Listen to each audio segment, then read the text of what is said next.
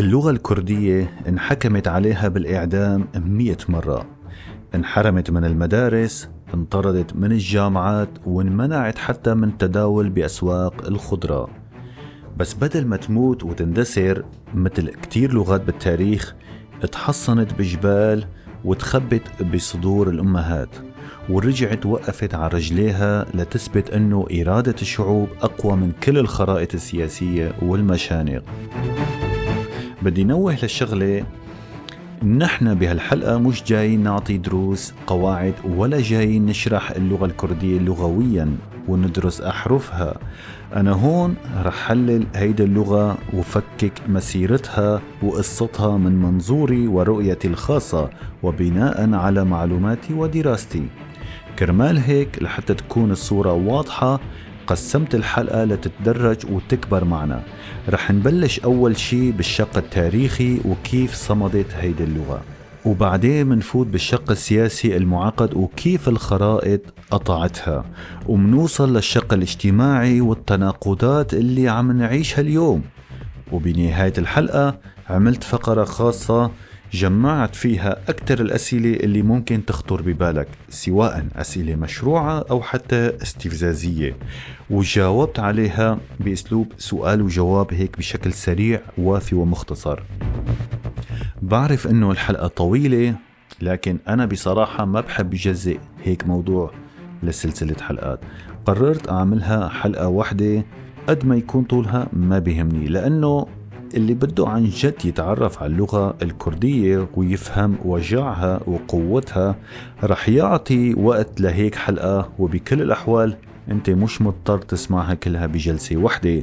اليوتيوب وباقي منصات البودكاست بتحفظ لك وين وصلت، وفيكم تكملوا الاستماع بأي وقت مطرح ما وقفتوا آخر مرة.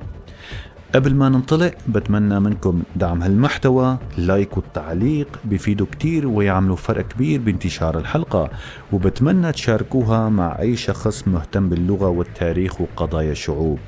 أنا مير، وهيدا بودكاست حلقة جديدة من سلسلة ذاكرة وهوية، وخلونا نبلش.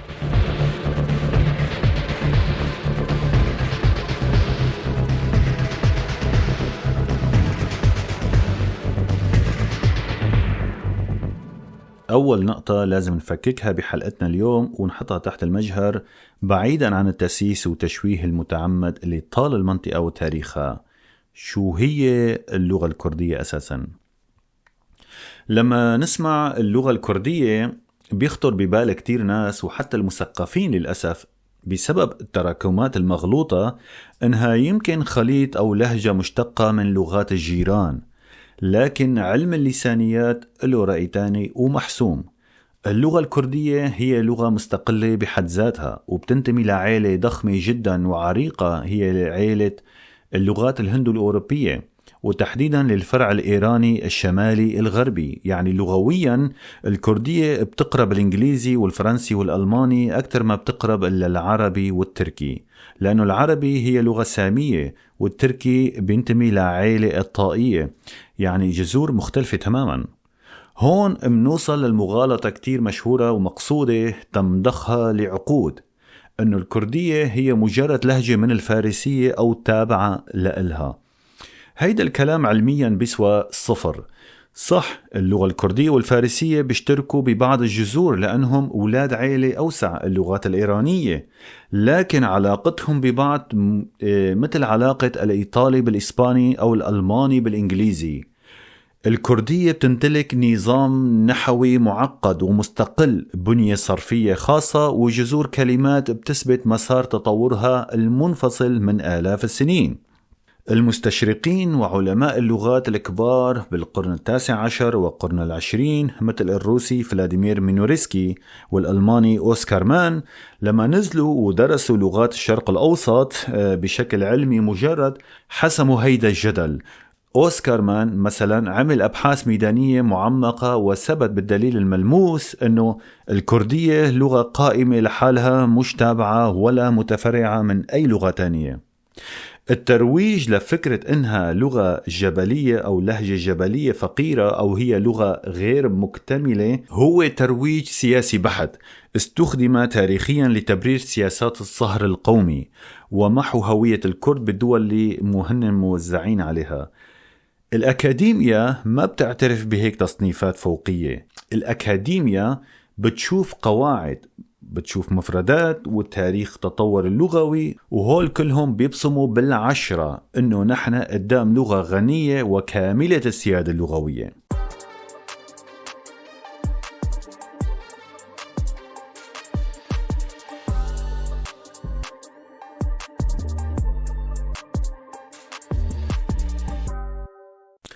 وبما أنه نحن حسمنا هالنقطة بالمحور الأول وقلنا أنه الكردية هي لغة سيدة نفسها وما أنها تابعة لحدا، السؤال البديهي اللي بيطرح حاله هون هو طيب من وين اجت هاللغة؟ شو هي جذورها التاريخية العميقة وكيف تبلورت بالبدايات؟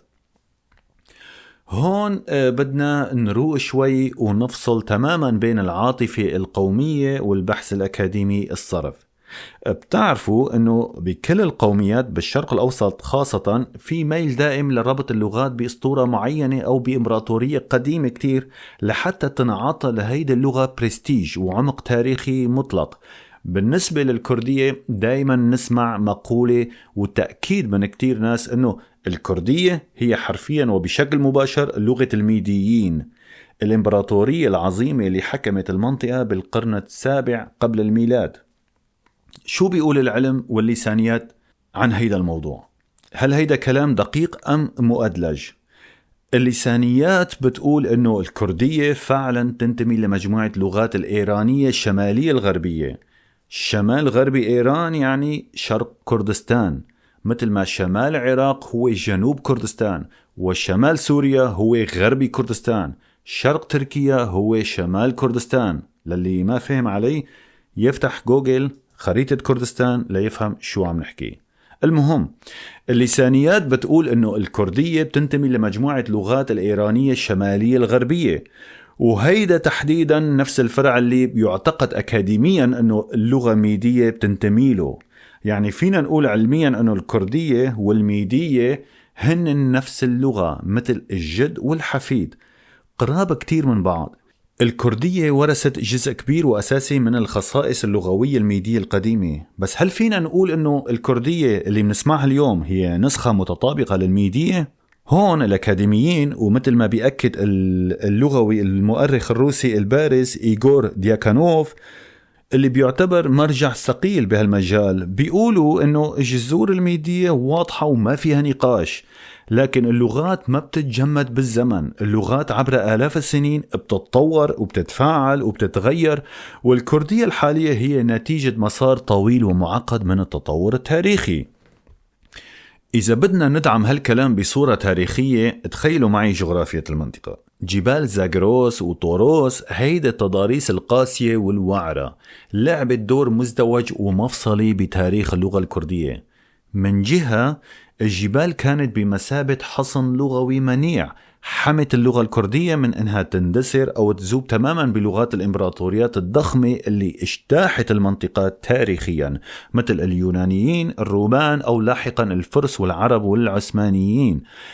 هالعزلة الجغرافية الجزئية خلت اللغة تحافظ على جذورها قديمة جدا، ومن جهة تانية خلتها تتطور بنوع من الاستقلالية عن مراكز الحضارات التانية. في سردية تانية مشوهة ومقصودة بيحاول البعض يروج لها، وهي أن اللغة الكردية اتجمعت هيك بالصدفة، أو أنها لغة هجينة ملقطة من هون ومن هون. هالكلام بيسقط فورا قدام تشريح اللغوي لما علماء اللغات بيفككوا كلمات الأساسية بالكردية مثل الأرقام، أسماء أعضاء الجسم، أو مصطلحات الطبيعة الأساسية مثل الشمس والنار والمي، بيلاقوها بتحتفظ بجذور هندو أوروبية أصلية. يعني كلمة مثل أخ أو النار بالكردية لها امتداد مباشر للغات قديمة جدا، وهيدا بيأكد بشكل قاطع أنه نحن قدام لغة متأصلة ماشية بمسار تطور طبيعي من آلاف السنين، ومش لغة مجمعة تجميع مثل بعض الروايات اللي عم بتحاول تصورها. الخلاصة، أصل اللغة الكردية مش خرافة ولا اختراع حديث، ولا هو مجرد أسطورة قومية. هو امتداد حقيقي وطبيعي للغات الإيرانية القديمة، وتحديدا الفرع الشمالي الغربي. صمدت واتطورت بمحيط جغرافي صعب، وحافظت على أصالتها وبنيتها العميقة رغم كل الزلازل السياسية اللي ضربت هالمنطقة عبر التاريخ.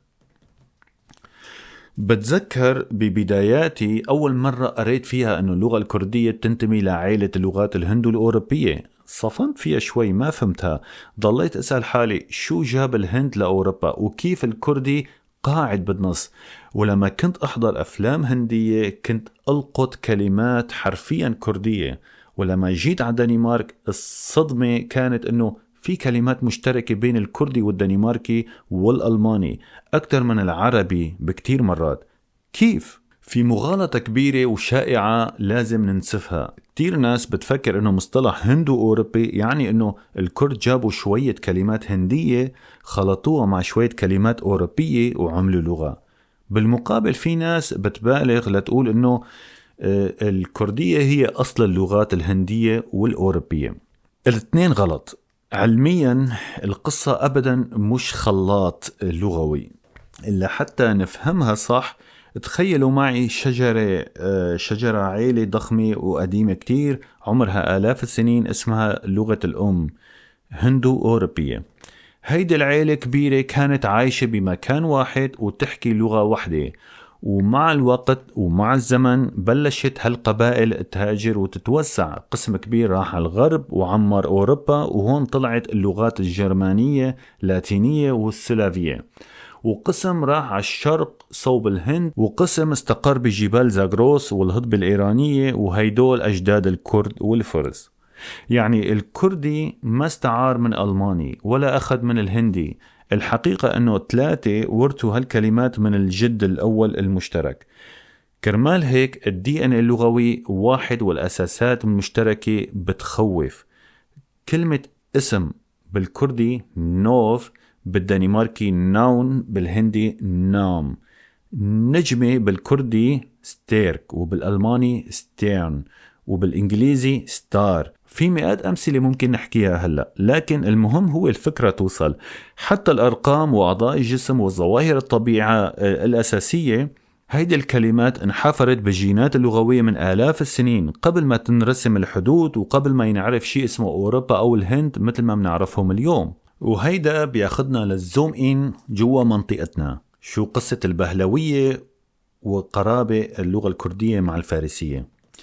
هون كمان في تشويه متعمد أو جهل متراكم. بيجيك حدا بيستخف بعقلك وبيقلك الكردي مجرد لهجة من الفارسي أو اتطور عنها. هيدا الكلام بيسقط بأول امتحان أكاديمي. بعلم اللسانيات الكردي والفارسي مش أم وبنتها، هن إخوات طلعوا من نفس الخيمة القديمة. بالزمانات وتحديدا أيام إمبراطوريات قديمة مثل الساسانية كان في مجموعة لغات بتتسمى اللغات الإيرانية الوسطى، وأشهرها البهلوية اللي كانت لغة البلاط والدولة والكهنة. الحقيقة العلمية بتقول إنه الكردية ما طلعت من البهلوية اللي هي الفارسية الوسطى، إنما الكردية والفارسية اثنيناتهم انحدروا من الجد الأقدم اللغات الإيرانية القديمة.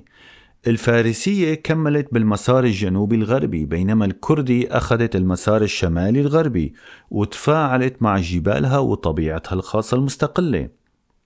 كرمال هيك بتلاقي تشابه عضوي مخيف بالكلمات الأساسية.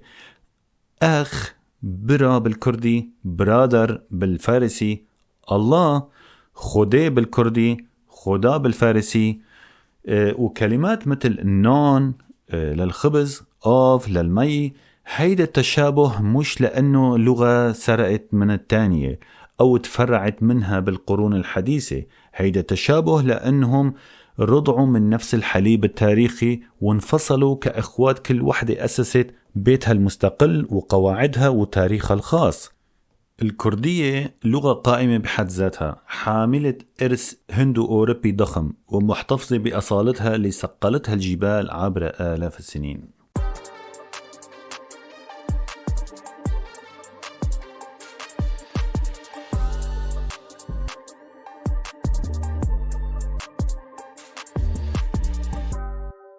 وهون بعد ما فهمنا قصة الجذور وكيف الكردية حافظت على حالها بجبال زغروس، منوصل لواحد من أكثر المحاور اللي صار فيها لعب وتسييس عبر التاريخ، واللي هو شو علاقة اللغة الكردية بلغات الإيرانية الثانية مثل الفارسية والبلوشية والبشتونية. كتير أوقات بتسمعوا سردية خاصة من أنظمة المنطقة عبر فترات تاريخية مختلفة بتقول إنه يا أخي اللغة الكردية هي لغة إيرانية وبالتالي هي فرع أو لهجة من الفارسية.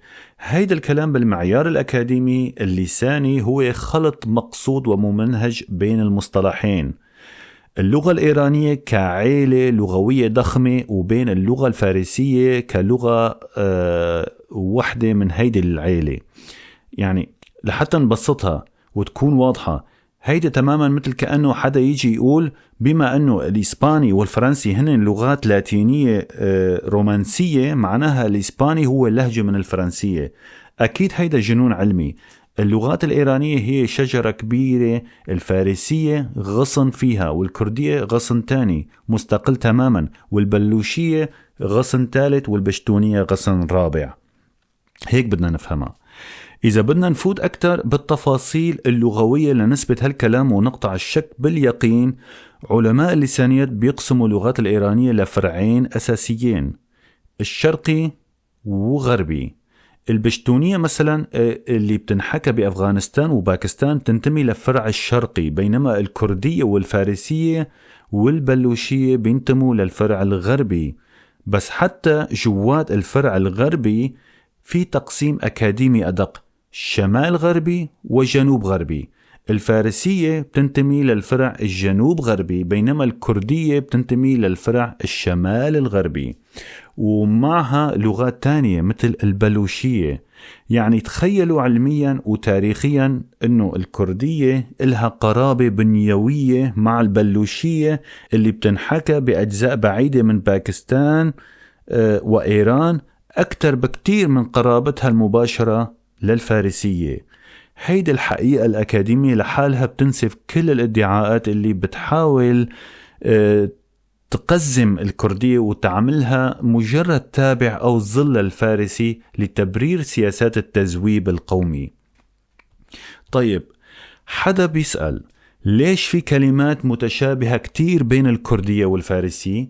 نقاط التشابه اللي منشوفها اليوم هي تشابهات طبيعية جدا ومبررة علميا.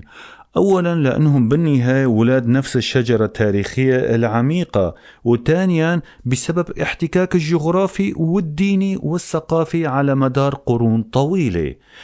الإمبراطوريات الفارسية المتعاقبة مثل الساسانية قديما أو الصفوية لاحقا فرضت لغتها كلغة إدارة ودولة، وهيدا بيخلي أي لغة مجاورة تستعير مفردات وتتأثر، وهيدا بيسموها بعلم اللغات language contact أو التلامس اللغوي، وبيصير بكل اللغات العالم مثل تأثر الإنجليزي بالفرنسي بعد الغزو النورماندي.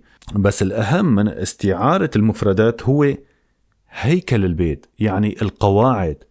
التشابه بالمفردات ما بيلغي الاستقلال النحوي أبدا.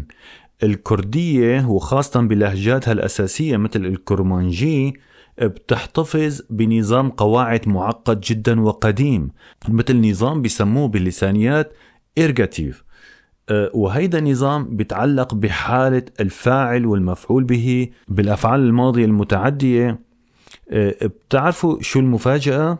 هيدا النظام المعقد انقرض تماما من اللغات الفارسية الحديثة من مئات السنين. يعني الكردية بسبب طبيعتها الجغرافية واستقلالها حافظت على بنية نحوية هندو أوروبية عتيقة جدا، خسرتها الفارسية اللي أخذت دعم دول وإمبراطوريات وتغير بنيتها لتصير أبسط.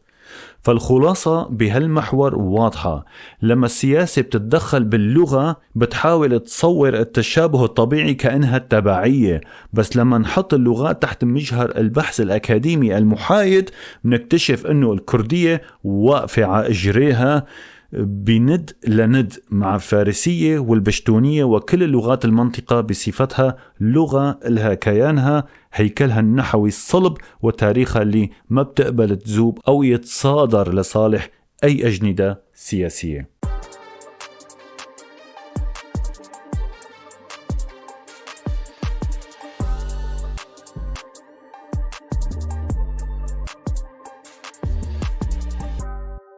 هل الكردية لغة واحدة ولا مجموعة لغات؟ يعني لما نسمع كرمانجي والسوراني وزازاكي وغيرها، هل هول لغات مختلفة ولا لهجات لنفس اللغة؟ الجواب الأكاديمي هون بيحتاج شوية تركيز، لأنه علم اللسانيات الاجتماعية بيقارب هالموضوع بطريقة بتختلف كليا عن النظرة السياسية أو السطحية. في مقولة كتير مشهورة ومفصلية بعلم اللغات للعالم ماكس فاينرايخ بيقول: اللغة هي لهجة معاها جيش وأسطول. شو يعني هالحكي؟ يعني بأي مكان بالعالم اللي بيوحد اللهجات وبيخلق منها لغة معيارية رسمية وموحدة هو وجود دولة مركزية، مؤسسات تعليم إلزامي موحد وإعلام. بحالة الكرد، جغرافيا الجبلية القاسية اللي حكينا عنها قبل، مضاف إلها تقسيم السياسي التاريخي العنيف وغياب دولة مركزية اللي بتفرض لغة معيارية وحدة بكتب المدارس، خلى الكردي يعيش حالة بيسموها اللغويين الطيف اللغوي أو السلسلة اللهجوية. خليني بسطها. هيدا بيعني انك اذا بتمشي من قرية لقرية، من اقصى الشمال كردستان لاقصى الجنوب، بتلاقي الناس عم تفهم على بعضها بالتدريج والسلاسة. بس اذا فجأة جبت حدا من اقصى الشمال وقعدته مع حدا من اقصى الجنوب، اكيد رح يلاقوا صعوبة بالتواصل المباشر بالبداية. هيدا الشيء مش عيب بالكردية أبدا، ولا بيعني إنها مش لغة. المشكلة إنه الأنظمة اللي حكمت الكرد والماكينات الإعلامية المعادية بيستعملوا هيدا التنوع الطبيعي كحجة خبيثة، وبيقولوا ليكو حتى هن ما بيفهموا على بعض، هول مش شعب واحد ولا لغتهم لغة واحدة. هيدا تضليل أكاديمي ومسيس بامتياز. تخيلوا معي، الإيطالي قبل توحيد إيطاليا بالقرن ال19 كان مقسم للهجات ما بتفهم على بعضها بالمرة، والألماني كان عبارة عن مئات اللهجات المشتتة. بس اجت الدولة وعملت ألماني معياري ووحدتهم. يعني محاكمة اللغة عمرها آلاف السنين بمعايير الدولة القومية الحديثة هو تجني وظلم علمي. بالاختبارات اللسانية العميقة، لما العلماء بيفككوا القواعد الأساسية، الجذور الفعلية والضمائر بالكرمانجي والسوراني وحتى غيرهم، بيلاقوا انه البنية التحتية وحدة والأصل واحد، اتفرع مع الوقت بسبب انقطاع الجغرافي والحدود المصطنعة. التنوع اللي عم نشوفه اليوم بالكردية هو بالحقيقة دليل غنى تاريخي، مش دليل تشتت.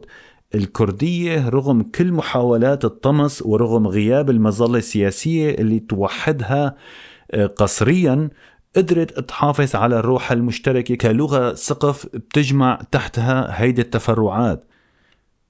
فبنهاية النقاش حول إذا كانت لغة واحدة ولا لغات، هو نقاش بيتعلق بالظروف السياسية والاجتماعية أكثر بكتير من كونه اختلاف بجوهر اللغة نفسها.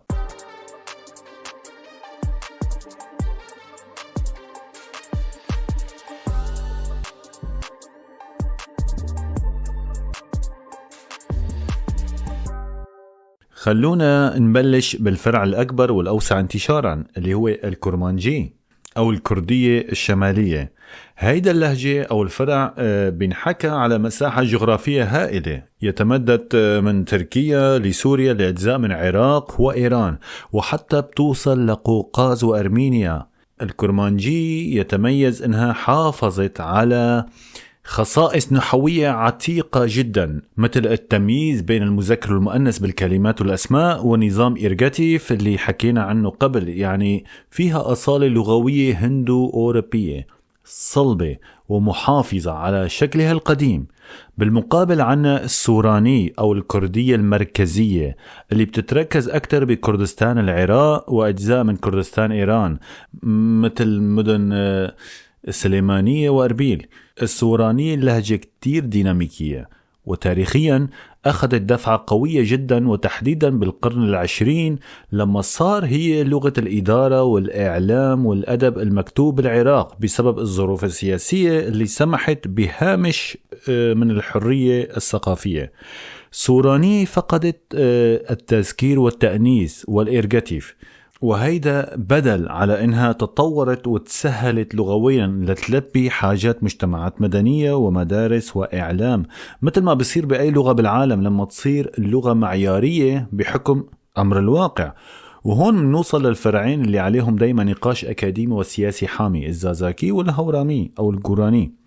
لغويا كتير من اللسانيين بيصنفوهم كفرع مستقل ضمن اللغات الإيرانية الشمالية الغربية، بيسموه فرع زازاكي جوراني، منفصل بنيويا شوي عن الكرمانجي والسوراني. لكن لحظة، قبل ما يشتغل حدا هالمعلومة ليقول هدول مش كرد ويفصلهم عن هويتهم، تعالوا نقرأ تاريخ صح.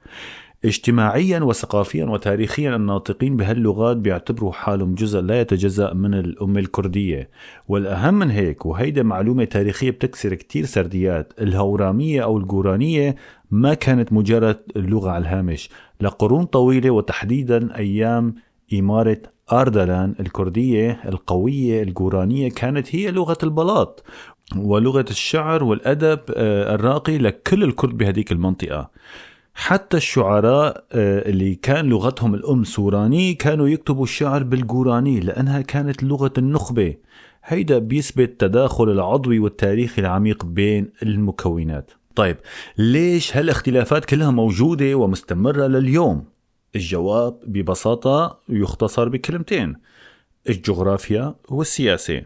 جبال زغروس والطوروس عملت حواجز طبيعية خلت كل مجموعة وتجمع بشري يتطور ببيئته ويتأثر لغويا بالجيران اللي احتك فيهم بشكل مباشر، سواء ترك عرب أو فرس.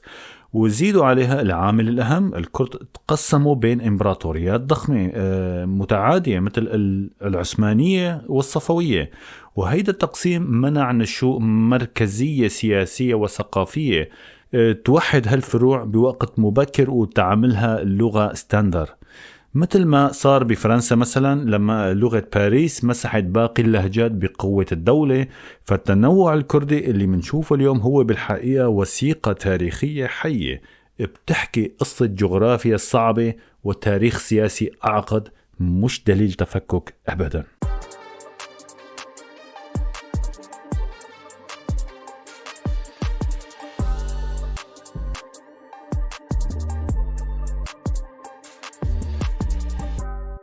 وهون منوصل لنقطة كتير حساسة وعملية تشغل بال كتير ناس، واللي هي مدى تفاهم بين هيدا اللهجات الكردية على أرض الواقع. يعني سؤال اللي دايما بينطرح ويستخدموه أحيانا للتشكيك، شو يلي بيفهموه الكردي من كردي تاني، وليش في صعوبة مرات، وشو اللي بيحد من هيدا التفاهم. تخيلوا معي مشهد: شاب كردي من دياربكر بتركيا بيحكي كرمانجي التقى بصبية كردية من سليمانية بالعراق وبتحكي سوراني. أول ما يبلشوا حكي رح يلاقوا صعوبة حقيقية، ويمكن يضطروا بالبداية يستعملوا لغة تانية مثل الإنجليزي أو العربي أو التركي ليمشوا أمورهم. هذا الواقع بيخلي الماكينات المعادية ترجع تعزف عن نفس الوتر. شفتوا؟ حتى هن ما بيفهموا على بعض، لكن كيف بتسموها لغة واحدة؟ بس علم اللسانيات بيقارب هالموضوع من زاوية بيسموها الفهم المتبادل. بالمنطق الأكاديمي الفهم المتبادل بين فروع أي لغة بالعالم مش دايما بيكون كبسة زر. كان في انقطاع جغرافي وسياسي طويل اللي بيحد من التفاهم المباشر بين الكرد اليوم هو بالدرجة الأولى غياب احتكاك اليومي والتأثير الحدود المصطنعة. الكردي بالشمال قاعد عقود ما بيسمع إعلام السوراني بالجنوب، وما في منهج مدرسي موحد بيجمعهم.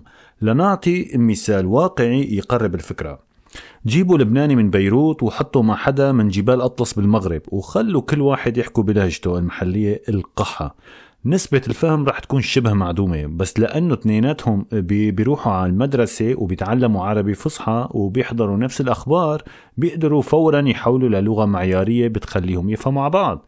الكرد بسبب سياسات المنع والتهميش التاريخية انحرموا من بناء هيدي اللغة المعيارية الرسمية اللي بتجسر الهوة بين اللهجات، وهيدا اللي خلق الحاجز الوهمي. لكن الأكاديميين والميدانيين بيلاحظوا شغلة بتكسر كل ادعاء التقسيم: متى ما نحط الناطق بالكرمانجي ببيئة سورانية أو العكس خلال فترة زمنية كتير قصيرة، مرات أسابيع أو كم شهر، بيصير قادر يفهم ويستوعب ويحكي. ليش؟ لأنه العقل الباطن اللغوي عم يقرأ نفس الجذور ونفس التركيبة. الدماغ هون مش عم يتعلم لغة غريبة من الصفر، مثل كأنه عم بيفك شفرة لغة صينية أو روسية. هو بس عم يعمل إعادة ضبط لبعض مخارج الحروف والمفردات وتصريف الأفعال اللي اختلفت مع الزمن. يعني هيدا دليل قاطع على أنه العائق قدام التفاهم هو عائق جيوسياسي بحت، فرضته ظروف قاهرة، ومش عائق بنيوي أو أصيل باللغة الكردية نفسها.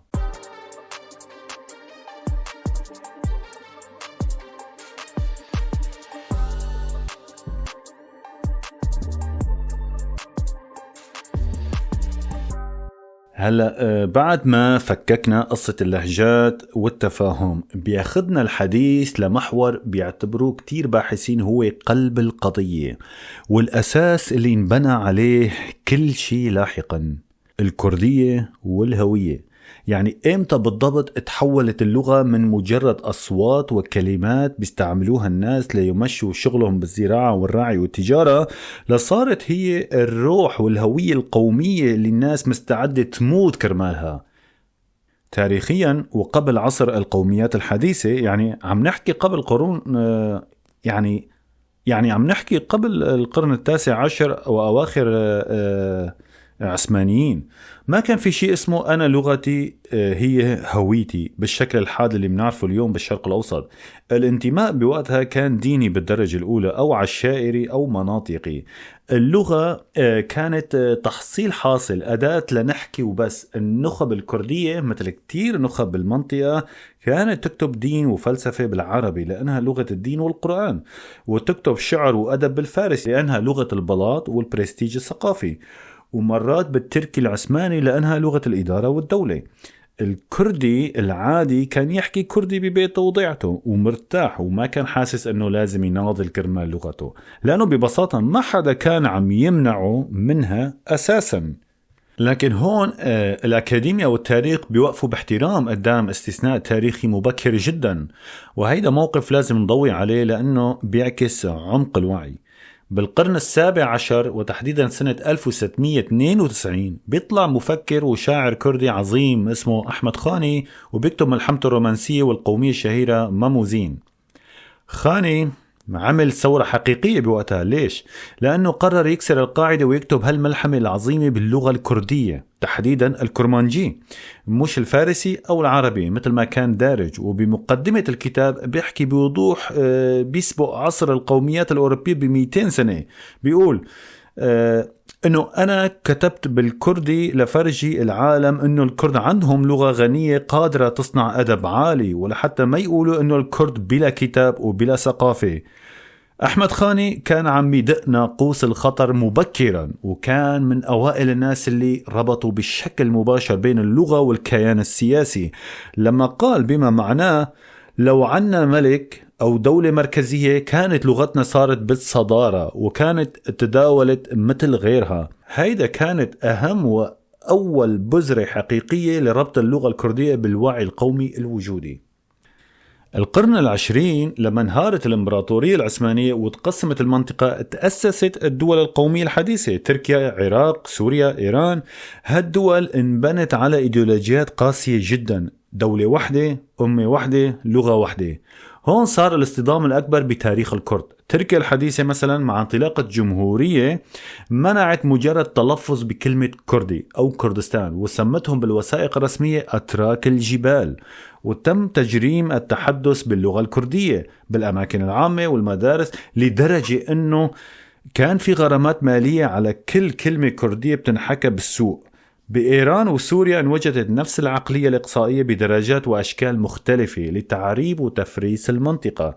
هيدا القمع العنيف وهيدا المحاولة المنهجية لمحو اللغة اللي بيسموها أكاديميا إبادة لغوية عملت ردة فعل عكسية تماما. اللغة الكردية بطلت مجرد أداة تواصل يومية، صارت هي الخندق الأخير للدفاع عن الوجود.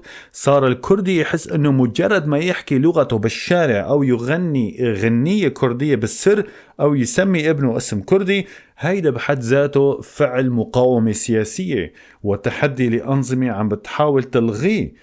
ومن هديك اللحظة تشكل الوعي القومي الكردي الحديث وتمركز حول هيدي النقطة المقدسة: لغتي هي وجودي، إذا طارت منخسر كل شيء. وهيدا بيفسر لنا ليش اللغة هي المحرك الأول لكل الحركات والمطالبات الكردية اليوم.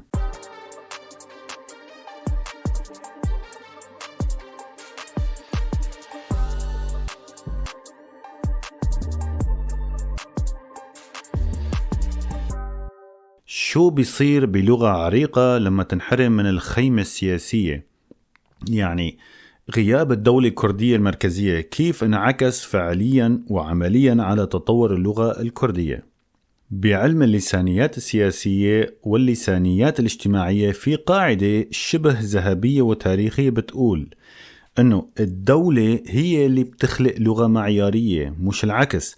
لحتى اي لغة بالعالم تنتقل من مرحلة التنوع اللهجوي الطبيعي لمرحلة استقرار والتوحيد المكتوب، هي بحاجة لمؤسسات ثقيلة. وزارة التربية تطبع المناهج موحدة، جامعات بتعمل أبحاث، إعلام رسمي بيخلق وعي يومي، وجيش أو إدارة بتجمع أولاد البلد بمكان واحد ليحكوا لغة واحدة.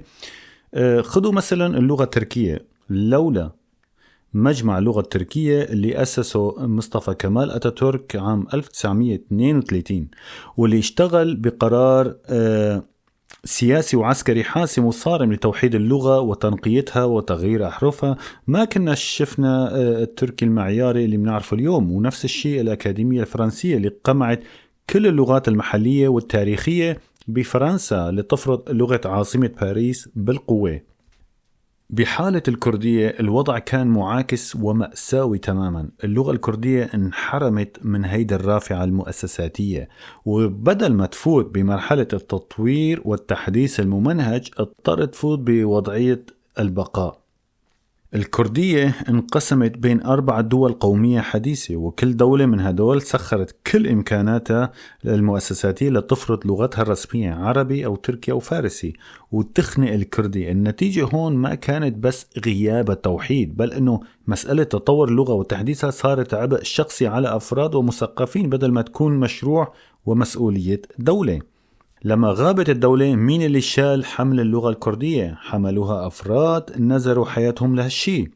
أحلى وأقوى مثال تاريخي هون بلخص كل هالمعاناة هو الأمير والمثقف الكردي جلدة بدر خان. أمير كردي منفي من أرضه، قاعد بالشام دمشق بسنة 1932. بقرر يعمل شغل دولة كاملة لحاله، بيأسس مجلة هوار الصرخة بجهد أكاديمي جبار، بصيغ أبجدية كردية بالأحرف اللاتينية، وبيحط قواعد للكرمانجي المعيارية لحتى ينقذ لغته من الضياع التام بعد منعها بتركيا. زلمة واحد عمل شغل وزارة التربية، مجمع لغوي ومطبعة، لكن للأسف ما في دولة تدعمه. غياب الكيان السياسي خلى الكردية لحتى ما تموت تعتمد على آليات حماية ذاتية يمكن تبين بدائية، لكن كانت فعالة جدا وحافظت على الروح. اللي حافظت لغة بهديك المراحل المظلمة مش المدارس ولا الجامعات، اللي حافظها هن أمهات بالبيوت اللي رفضوا يحكوا مع أولادهم إلا بالكردي. كمان مطربين كانوا بيحولوا الملاحم الشعبية للأغاني، كانت طريقة فعالة جدا لحفظ اللغة. يتنقلوا بين جبال، من جبل لجبل، من ضيعة لضيعة، وبيحفظوا القصص والكلمات والمفردات الكردية وبيعملوه منه أغاني وينقلوها للأجيال مثل كأنها أرشيف حي بيمشي على أجرين. غياب الدولة والمظلة السياسية ما قدر يقتل اللغة الكردية أو يمحوها، لأنها لغة حية ومتجذرة بالأرض والناس. بس أكيد وبدون شك هيدا الغياب أخر تطورها المؤسساتي بشكل كبير، فرض عليها تعدد قصري بالأبجديات، شي بيكتبوا باللاتيني وشي بيكتبوا بالعربي وشي بيكتبوا بالسريالي، وخلى مسألة توحيدها اللغوي معركة مستمرة وصعبة لليوم. وهيدا بيجاوبنا بوضوح على كتير أسئلة واستفزازات تنطرح. ليش الكردية أحيانا بتبين غير موحدة؟ القصة أبدا مش ضعف أو نقص باللغة نفسها، القصة ببساطة هي غياب المؤسسة اللي بتوحد.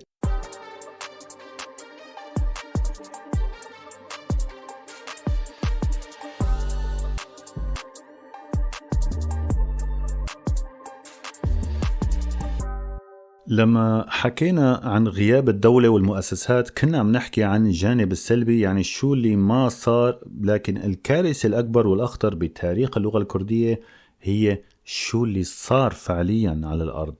نحن قدام لغة تعرضت لواحدة من أشرس حملات الإبادة اللغوية والمنع الممنهج بالتاريخ الحديث، وتوزعت هالحملات بين سياسات تعريب، تتريك وتفريس. بتركيا بعد تأسيس الجمهورية سنة 1923 المسألة ما وقفت عند حدود أنه ما بدنا نعلمكم كردي بالمدارس. الدولة أخذت قرار سياسي وأمني بمسح اللغة من الوجود. طلعت قرارات رسمية بتمنع استخدام الكردية بالأسواق، بالشارع، وحتى بالأماكن العامة. تعرفوا لوين وصلت؟ صار في غرامة مالية بتندفع على كل كلمة كردية بينطقها الفلاح بالسوق. يعني تخيلوا فلاح نازل من ضيعته ليبيع شوية خضرة، إذا بيغلط وبيحكي بلغته الأم بيدفع ضريبة. وتغيرت أسماء آلاف القرى والجبال والأنهار من كردية الأصيلة للتركية، وصار يطلق على الكرد بالوثائق الرسمية اسم أتراك الجبال. هيدا الضغط المرعب اللي استمر لعقود خلق عند الأجيال كاملة شيء بيسموه بعلم النفس اللغوي الصدمة اللغوية. صار الأهل بيخافوا يحكوا مع أولادهم كردي بالبيت لحتى ما يتبهدلوا بالمدارس أو ينحبسوا إذا انزل لسانهم برا. إذا رحنا صوب سوريا والعراق بنشوف الوجه الثاني للعملة. سياسات التعريب بسوريا مثلا بفترة الستينات وما بعد اجت سياسة الحزام العربي اللي ما كانت بس مصادرة أراضي زراعية وتغيير ديموغرافي، بل كانت مصادرة للذاكرة اللغوية. تم تغيير أسماء القرى الكردية التاريخية لأسماء عربية غريبة تماما عن أهل المنطقة وتاريخها، وصار ممنوع تسجيل ابنك باسم كردي بالدوائر الرسمية. هيدا المنع مش مجرد تفصيل، هيدا بيعمل قطع مباشر وخطير بين الإنسان وهويته الأولى.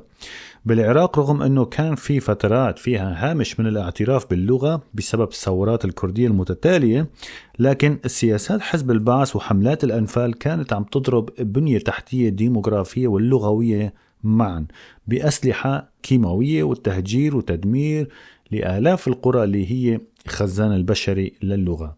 بإيران الفارسية تكرست كلغة الرقي والدولة والتاريخ، والكردية تم تهميشها واعتبارها لغة محلية ما لها قيمة أكاديمية، وتصادرت مطبوعات وانمنع التعليم بالكردي بشكل قاطع لتذويب القوميات الثانية في بوتقة القومية الفارسية.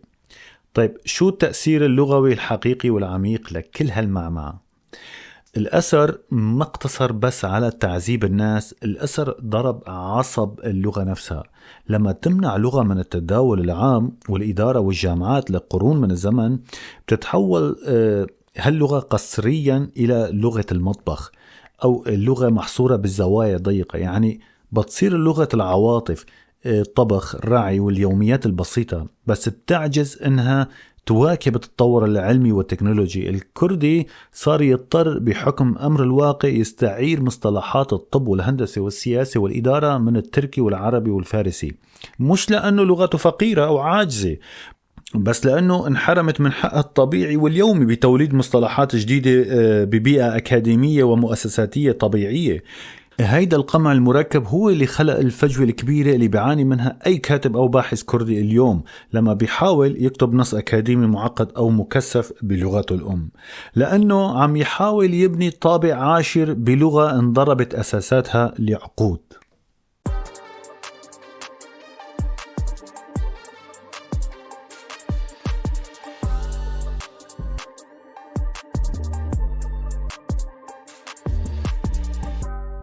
بعلم اللسانيات اللغة المعيارية هي نسخة رسمية والموحدة من اللغة، هي نسخة اللي بتنطبع فيها الكتب المدرسية، تنكتب فيها القوانين، تنطق فيها النشرات الأخبار الرسمية لحتى كل الناطقين بهيدا اللغة من أي لهجة أو من أي منطقة كانوا يفهموها ويعتبروها مرجع الأساسي. أهم سبب لهيدا الغياب هو اللي حكيناها قبل، غياب مظلة سياسية ومؤسساتية مركزية. لحتى تبني لغة معيارية أنت بحاجة لأكاديمية اللغة، وزارات تربية، جامعات تشتغل بقرار مركزي وبميزانيات ضخمة. بس لما تكون اللغة ممنوعة أساسا ومحاربة، كيف بدك توحدها؟ الكرد تاريخيا كانوا مشغولين بالبقاء المادي والدفاع عن الوجود أكثر من انشغالهم برفاهية التوحيد اللغوي. النتيجة الأولى والمباشرة هي الفوضى الإملائية والمفاهيمية. أحيانا يعني ممكن تلاقي كاتبين أو صحفيين عم يكتبوا بنفس اللهجة، لنقول كرمانجي أو سوراني، كل واحد بيهجي الكلمة بشكل أو بيستخدم قاعدة نحوية أو مصطلح مختلف شوي، لأنه ببساطة ما في قاموس رسمي أو مجمع لغوي بيضرب على الطاولة وبيقول هيدا هو صح وهيك غلط.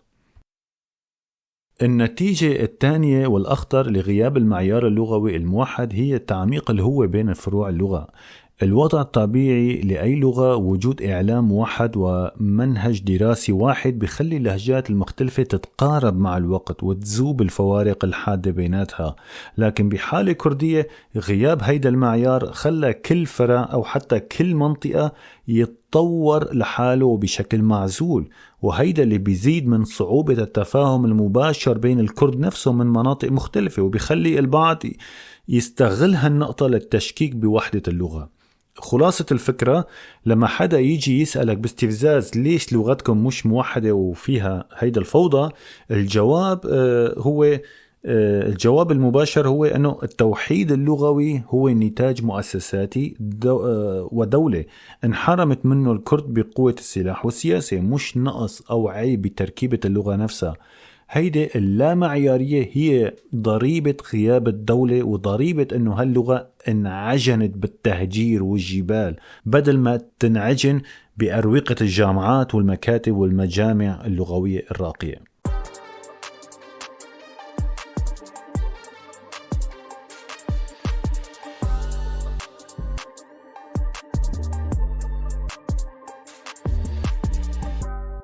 النخب الكردية ما وقفت تتفرج على هيدا التشتت، وصار في محاولات تاريخية جبارة لتوحيد اللغة وخلق معيار لغوي بيجمع الكل. بالعشرينات والثلاثينات من القرن الماضي بلشت أحلام التوحيد. من جهة كان عنا الأمير جلادات بدر خان بالشام عم يأسس لتوحيد اللهجة الكرمانجية عبر مجلة هاوار بالأحرف اللاتينية، وكان عنده طموح أنه هيدا الأبجدية تكون هي الخيمة اللي بتجمع كل الكرد. وبنفس الوقت تقريبا بكردستان العراق، وبسبب هامش الحرية اللي كان موجود أيام الانتداب والملكية، كان النخب الثقافية عم تشتغل على مأسسة اللهجة السورانية بالأحرف العربية وتطوير قواعدها لتكون هي لغة التعليم والإدارة. هون وقعنا بالفخ التاريخي، بدل ما يكون في مشروع توحيد واحد صار في مشروعين ماشيين بخطين متوازيين. طب ليش فشلت محاولات دمجهم لاحقا؟ اللغات ما بتتوحد بالنوايا الحسنة، بتتوحد بقرار دولة ومؤسسات. الكرد ما كان عندهم عاصمة واحدة أو حكومة مركزية بتفرض منهج مدرسي واحد على كل الجغرافيا. مشاريع التوحيد بقيت مبادرات نخبوية انصدمت بغياب سلطة تنفيذية تفرضها. الجغرافيا السياسية فرضت على الكرد يكتبوا بأبجديات مختلفة، جزء بيكتب اللاتيني وجزء بيكتب الأحرف العربية وجزء بالسريالي بالاتحاد السوفيتي. هيدا التعدد الأبجديات خلق حاجز بصري ونفسي ضخم، وخلى الكرد يستصعب يقرأ نتاج أخوه الكردي الثاني، وهيدا نسف فكرة التوحيد من أساسها. كمان أنه لعقود طويلة الحدود المصطنعة بين الدول الأربعة كانت مسكرة ومحروسة بالنار. الكردي بالشمال ما كان يقدر يوصل لكتاب مطبوع بالجنوب. هيدا الانقطاع التام بالتواصل الثقافي واليومي قتل أي فرصة طبيعية للتفاعل اللهجات مع بعضها لتخلق لغة مشتركة مفهومة للجميع. يعني بخلاصة هالفكرة، النخب الكردية حاولت وعملت شغل أكاديمي وتنظيري مخيف لتقرب المسافات، لكن بسبب آلة الدول القومية والحدود الحديدية اللي كانت أشرس وأقوى من طموحاتهم، مشاريع توحيد اللغوي ما فشلت لأنه اللغة فيها عيب، بل لأنه انصدمت بحائط جيوسياسي ما بيسمح أساسا بوجودها.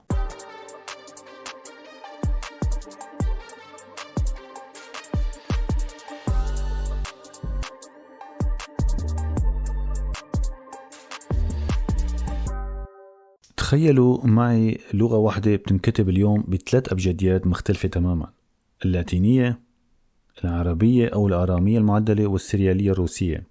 هيدا شيء مش مجرد ترف ثقافي أو غنى فني، هيدا الانعكاس الأوضح والأقصى للتمزيق الجيوسياسي اللي تعرض له هيدا الأمة.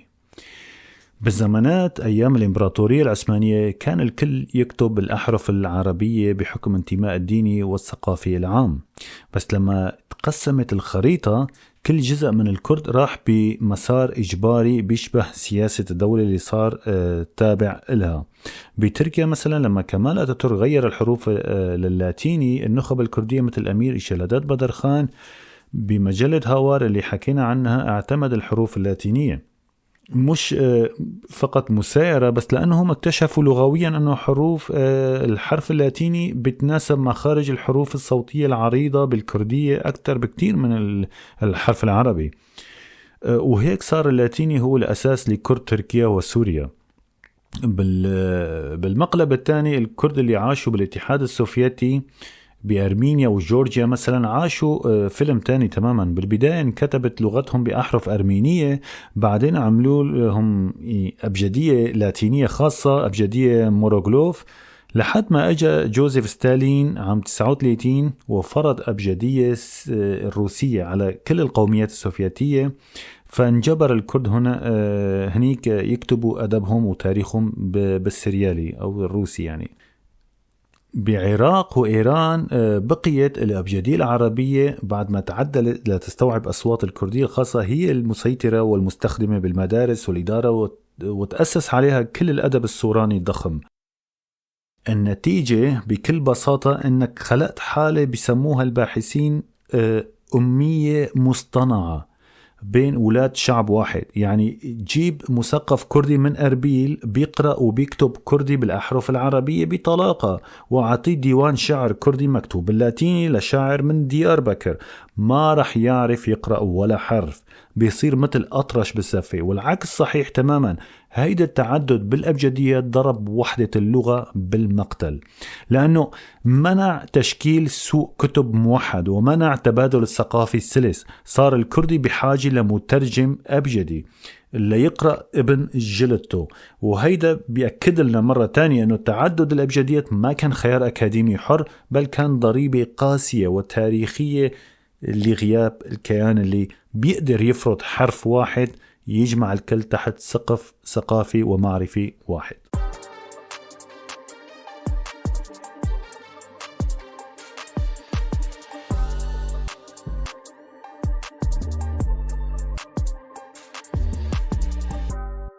طيب ليش ما قاعدوا مع بعض واتفقوا على أبجدية واحدة وخلصنا؟ الحقيقة بتقول أنه الأسباب السياسية جغرافية والتعليمية مجتمعة هي اللي شكلت حائط سد ومنعت وجود أبجدية كردية واحدة. القصة مش قصة عناد ثقافي أو قلة وعي عند النخب الكردية، القصة قصة استعمار وخرائط اترسمت بالمسطرة والقلم لتخدم مصالح دول كبرى، وهيدي الخرائط تحديدا هي اللي قطعت اللغة ودفعتها لتمشي بمسارات مختلفة. تخيلوا معي جغرافية المنطقة قبل الحرب العالمية الأولى، يعني قبل موضوع سايكس بيكو ومعاهدة لوزان سنة 1923. كانت المنطقة رغم قساوة تضاريسها الجبلية عبارة عن امتداد ديموغرافي طبيعي. الراعي والتاجر عالم دين والشاعر كانوا يتنقلوا، واللغة كانت تتنفس وتتفاعل بمرونة. بس فجأة اجت دول منتصرة وسطرت حدود حديدية قاتلة. هيدي الحدود ما فصلت بس أراضي سياسية، هيدا حرفيا فصلت العائلة الوحدة وفصلت اللغة عن حالها. اللسانيات بتأكد أنه احتكاك اليومي هو الأكسجين لأي لغة لحتى تتوحد وتتطور بشكل متجانس. لما الاستعمار والدول القومية الحديثة بنوا أبراج مراقبة وحطوا أسلاك شائكة وزرعوا ألغام على الحدود بين تركيا وسوريا وبين العراق وإيران، هن فعليا قطعوا الشرايين اللي بتغذي هيدا الاحتكاك. الكردي اللي بمدينة قامشلو بسوريا صار ممنوع يفوت على نصيبين بتركيا، رغم أنها تاريخيا هن مدينة واحدة مقسومة بشارعين. يعني هيدا الانقطاع الفيزيائي الإجباري أدى لانقطاع لغوي مرعب، وبغياب التواصل كل جزء من الكرد صار مجبر يفوت بنظام تعليمي وثقافي مختلف تماما. ابن كردستان عراق انفرض عليه يفوت بمدرسة بالتعليم العربي وبتطبيق مناهج بغداد، وابن كردستان تركيا فات بمدرسة بتعليم التركي حصرا وبتطبق مناهج أنقرة، ونفس الشيء بإيران وسوريا. يعني العقلية التعليمية وحتى مصادر استعارة الكلمات لتعويض النقص اختلف جذريا. تخيلوا أنه اللغة واحدة انفرض عليها تعيش وتتطور بأربع بيئات سياسية وتعليمية معادية وبتحاول تصهرها الليل نهار. كرمال هيك أثر الاستعمار والحدود كان مدمر. هيدي الحدود اللي قطعت اللغة لمسارات مختلفة ومتباعدة. تعدد الأبجديات والمسارات مش دليل على عجز اللغة الكردية كلغة، بل هو ندوب وتاتو تاريخي تركته الجغرافيا السياسية على جسد هيدا اللغة.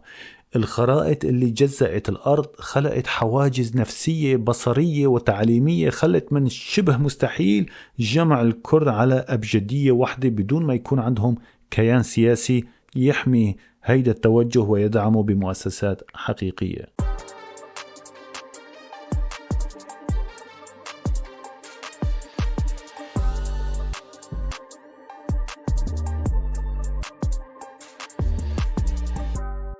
إذا الكردية لغة غنية وكاملة مثل ما عم نقول، ليش مليانة كلمات من اللغات المسيطرة مثل العربي والتركي والفارسي؟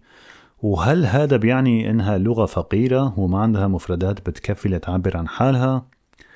خلونا نحط الأمور بنصابها الأكاديمي ونفكك هيدي الأسطورة اللي بتدعي فقر اللغوي. بعلم اللسانيات في شيء اسمه اقتراض اللغوي، وهيدا بيصير نتيجة احتكاك والتلامس بين الشعوب. تاريخيا الكردية مثلها مثل أي لغة بالعالم أخذت وعطت، بس هون لازم نفرق كتير منيح بين شو هو الطبيعي وشو هو نتيجة قصر سياسي والثقافي.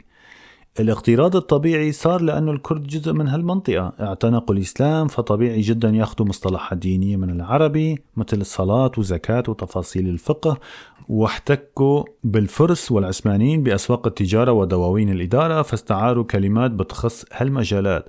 هيدا مسار صحي وبيصير بكل لغات الأرض.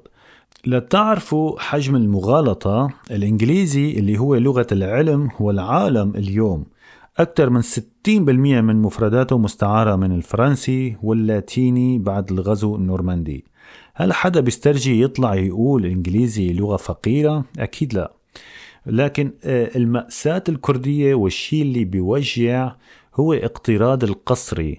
انفرض بقوة السلطة والتأثير اللغات المسيطرة خنقت الكردية. تخيلوا لغة انمنعت تفوت على الجامعة، انطردت من البرلمان وانحرمت من المختبر والمحكمة لقرون كامل من الزمان.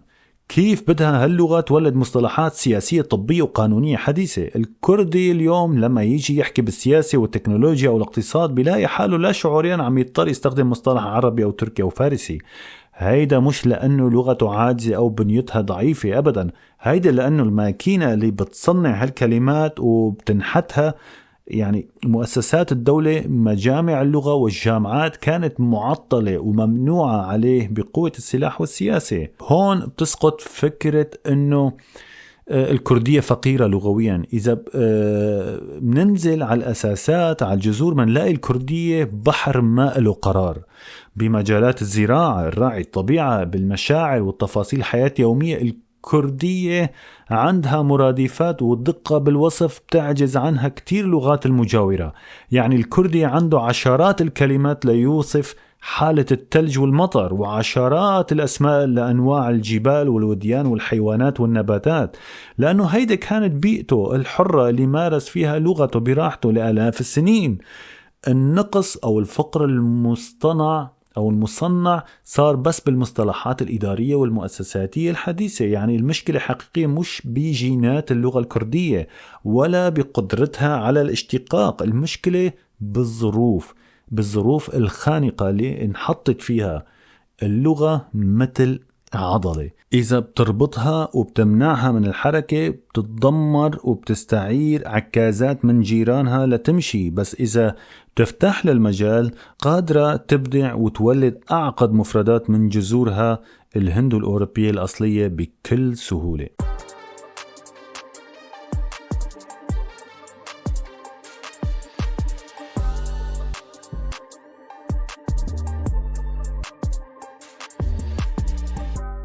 طيب إذا الكردية اللغة كاملة الدسم، ليش ما بنشوف تعليم جامعي حقيقي فيها؟ ليش ما بتشتغل بالإدارة والدولة بالشكل المطلوب؟ والأقصى من هيك، ليش منشوف كتير كرد بيحكوا لغات غيرهم مثل التركي والعربي والفارسي أحسن من لغتهم الأم؟ وحتى في كرد ما بيعرفوا يحكوا كردي أساسا مع أنهم بيعتبروها أقدس شيء بهويتهم. هول الأسئلة إذا بدنا نجاوب عليهم بعمق وبموضوعية لازم نستعير مصطلح كتير ذكي ومهم بعلم الاجتماع اللغوي للفيلسوف وعالم الاجتماع الفرنسي بيير بورديو، واللي هو رأس المال اللغوي. شو يعني الحكي؟ يعني أي لغة بالعالم بالنهاية عبارة عن عملة مثل المصاري، إلها قيمة بالسوق الاجتماعي والاقتصادي. ومين اللي بيحدد هيدا القيمة؟ مين بيحدد قيمة هيدي العملة؟ الدولة حصرا. لما الدولة تمنع الكردية من المدارس ومن الجامعات ومن محاكم ودوائر حكومية، هي فعليا عم تصدر قرار بتصفير قيمة هيدي اللغة بالبورصة الاجتماعية. تخيلوا معي شاب كردي بدمشق أو طالب بإسطنبول أو موظف بطهران.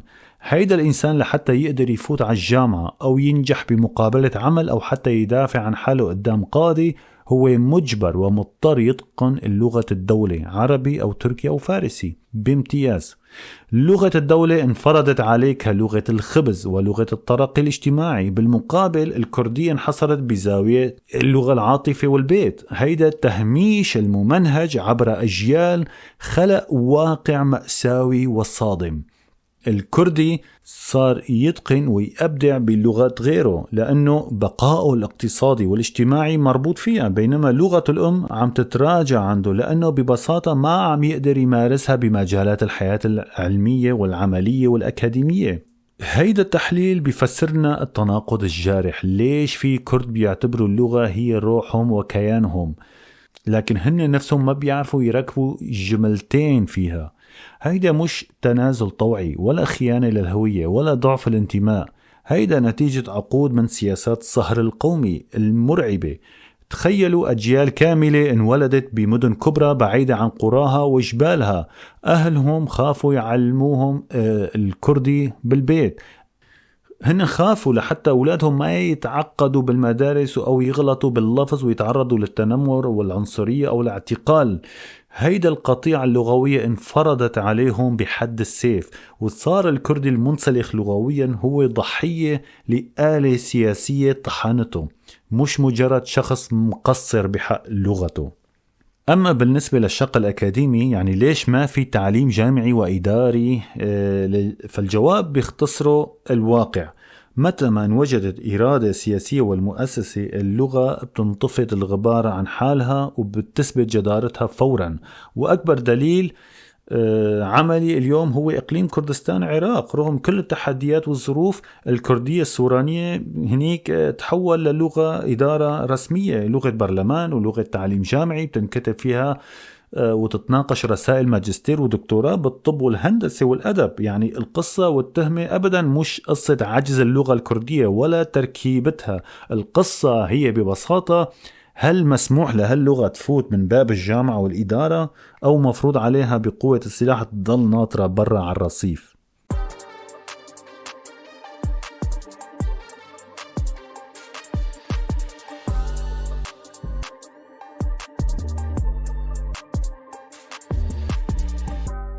هل اللغة الكردية مهددة بالانقراض؟ إذا بنروح لمعايير منظمة اليونسكو اللي بتصنف اللغات المهددة، منلاقي إنه اليونسكو بتعتمد على المؤشرات العلمية واضحة، أهمها التناقل بين الأجيال، يعني هل الأهل عم بيعلموا أولادهم اللغة، ونسبة الناطقين فيها واستخدامها بالإعلام والتعليم. الكردية ككتلة بشرية ضخمة بتضم عشرات الملايين أكيد مش مهددة بالانقراض الفوري والمباشر، لكن في فروع أساسية منها مثل الزازاكي والهورامي محطوطة فعليا وبشكل رسمي على لوائح اليونسكو للغات المهددة بخطر كبير.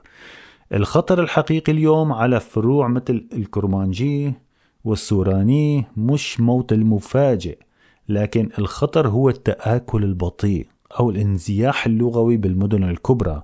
يعني لما جيل جديد بإسطنبول أو أنقرة أو طهران يبلش يحكي لغة الدولة المسيطرة بالبيت مع أهله وإخواته، هون بتبلش مرحلة الخطر الجدي اللي بتسبق انقراض الفعلي.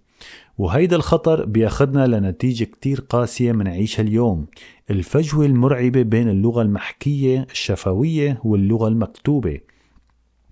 تاريخيا الكردية صمدت وعاشت كلغة شفوية بامتياز، لغة الجبال وقرى وتراث شفهي عميق. هيدا التراث الشفهي المتمثل بالأغاني والحكايات والملاحم هو اللي لعب دور الأكبر بحفظ اللغة من إنها تندثر تحت جنازير الإمبراطوريات والدول الحديثة. لكن المأساة بتبلش لما نجي للكتابة، منلاقي إنه الكردي العادي بيستصعب جدا يقرأ ويكتب بلغته الأم. هيدي الفجوة خلقت حالة غريبة، إنه الكردي بيحكي لغته بطلاقة ومخارج حروف ممتازة، لكن إذا بتعطيه جريدة أو كتاب كردي بيصير يتهجى مثل ولد صغير بالصف الأول.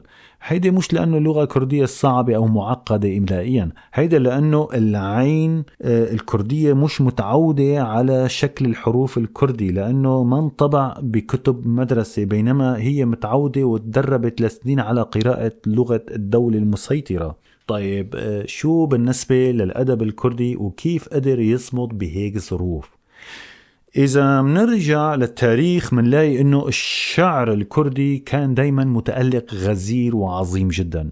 شعراء كبار مثل ملا جزيري، أحمد خاني كتبوا قصائد صوفية فلسفية رومانسية بتنافس أعظم الآداب العالمية، وكانت تقرأ وتتداول بمجالس النخب. الشعر بطبيعته موزونة، والمقفات كان أسهل للحفظ بالذاكرة وللتناقل الشفهي بين الناس، كرمال هيك ازدهر رغم غياب المطابع. لكن بالمقابل بيبرز سؤال كتير مهم: ليش تأخر تطور النثر الكردي؟ يعني الرواية، القصة القصيرة والمقالة الصحفية، ليش تأخروا للقرن العشرين بينما ازدهر عند تانية أبكر بكتير؟ الجواب هون سياسي وتعليمي بحت، مش لغوي. النثر كجنس أدبي بيحتاج بنية تحتية مدنية، بيحتاج مطابع، دور نشر، صحافة يومية، والأهم بيحتاج جمهور قراء بيعرفوا يقرأوا ويكتبوا بشكل جماعي. طالما الكرد كانوا محرومين من مطابع والجرائد والتعليم المدني الموحد بسبب قمع والرقابة، طبيعي جدا أنه النثر يتأخر ويتجمد. النثر الكردي الحديث ما بلش ياخد شكله الحقيقي ويتنفس إلا مع انطلاقة مجلة هوار بالثلاثينات بالشام، ولاحقا مع تطور حركة طباعة ونشر بكردستان العراق بالنصف الثاني من القرن العشرين. يعني تأخر النثر ما كان أبدا دليل على فقر اللغة بمفردات السرد، بل كان نتيجة حتمية لحرمان اللغة من المدينة والمؤسسات المدنية اللي بتسمح بإنتاج نصوص طويلة ومطبوعة وقابلة للتوزيع.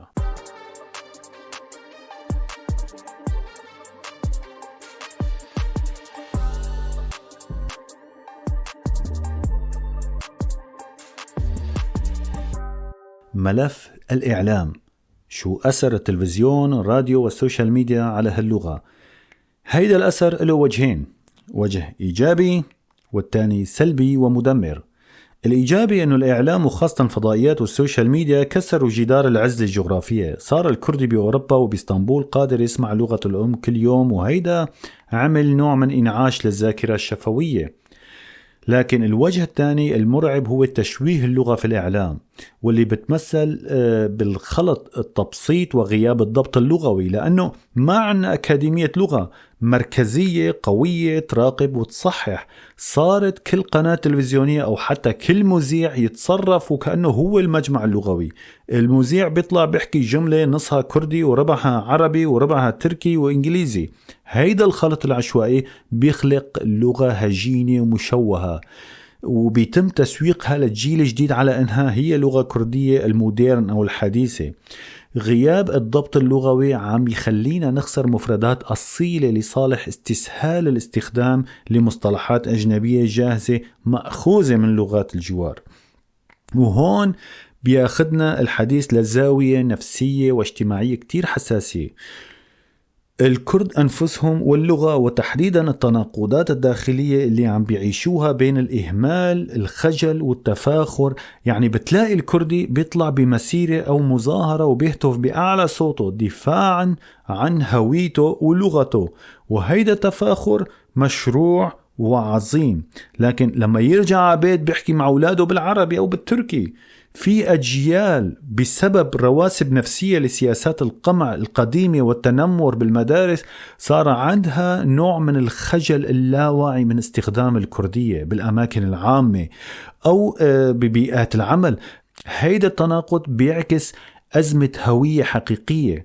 اللغة مقدسة بالسياسة والشعارات لكنها مهملة بالممارسة اليومية. هيدا الواقع بيطرح سؤال دايما بيستفز البعض: ليش يكتب الكردي بلغات أخرى؟ ليش أهم روايات اللي بتنقل الوجع الكردي مكتوبة باللغة عربية أو تركية؟ الأسباب الأكاديمية والواقعية بتتلخص ب4 كلمات: المنفى، السوق، الرقابة، والتعليم. الكاتب الكردي مثل سليم بركات اللي كتب بالعربي أو ياشار كمال اللي أبدع بالتركي ما ارتكبوا خيانة لغوية. هدول أشخاص انفرض عليهم تعليم بلغة الدولة وعاشوا بمنفى وبظل رقابة صارمة بتمنع نشر بالكردي، وزيدوا عليها عامل السوق. الكاتب بده يوصل لجمهور واسع وبده دار نشر تطبع له وتوزع له.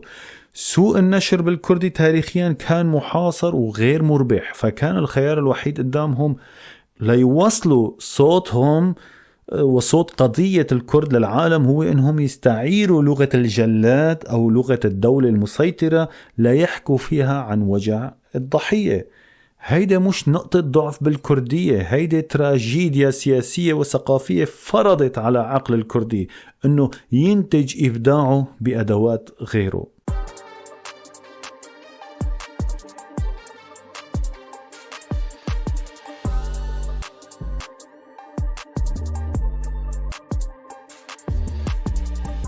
بأوروبا الكردي صار عنده حرية مطلقة يطبع كتب ويفتح إذاعات، والمفروض هيدا المهجر يكون حاضنة تطور طبيعي للغة. لكن المفاجأة القاسية على الأرض هي أننا منعيش حالة ذوبان لغوي بطيء ومخيف. الجيل الأول اللي هرب من القمع ضل متمسك بلغته وعاضت عليها بالنواجز، لكن الكارثة بالجيل الثاني والثالث اللي انولد ببرلين أو ستوكهولم، هدول عم بيعيشوا قطيعة لغوية حقيقية مع جذورهم. هيدا الجيل جديد عم ينسلخ لأنه لغة البلد المضيف هي لغة المدرسة والاندماج والنجاح.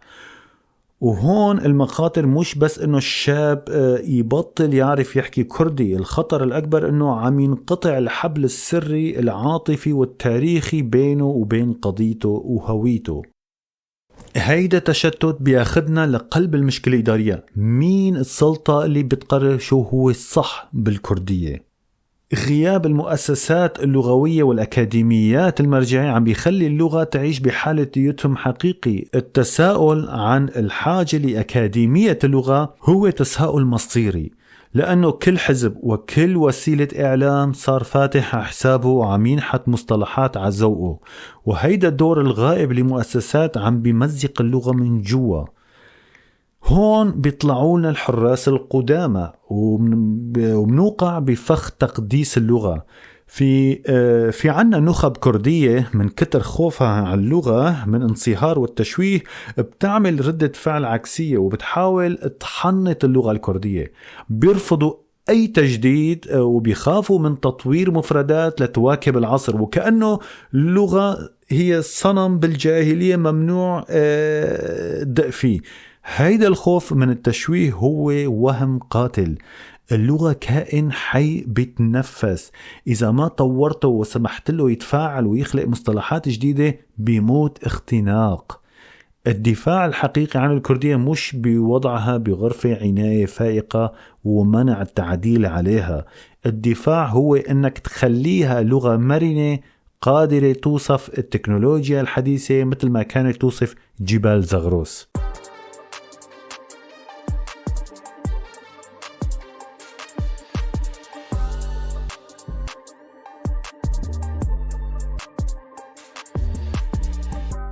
بيطلع لك واحد وبيقول بكل استخفاف الكردية لغة جبلية، لغة بدون قواعد، لغة بدائية.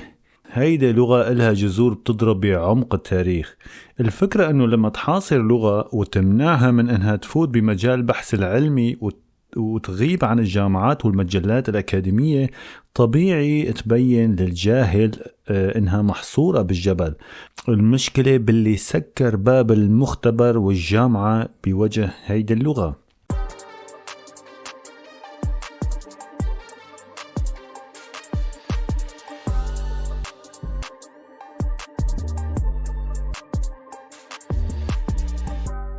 الترجمة للكردية مش مجرد ترف فكري، هيدا عملية إنقاذ حقيقية وإلها أهمية مصيرية ودور أساسي بتحديث اللغة.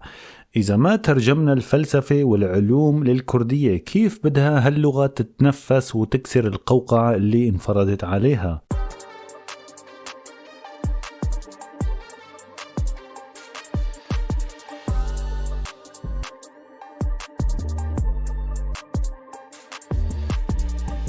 ليش الكردية ما دخلت الثورة الرقمية بقوة؟ وينها بمجال التكنولوجيا والذكاء الاصطناعي أو البرمجيات اللي بتدعم اللغة؟ بيمنعوا لغة تنكتب على ورقة رسمية أو تنحكى بالشارع لقرن من الزمن، وبعدين بيسألوك ليش ما عندها خوارزميات وتكنولوجيا متطورة.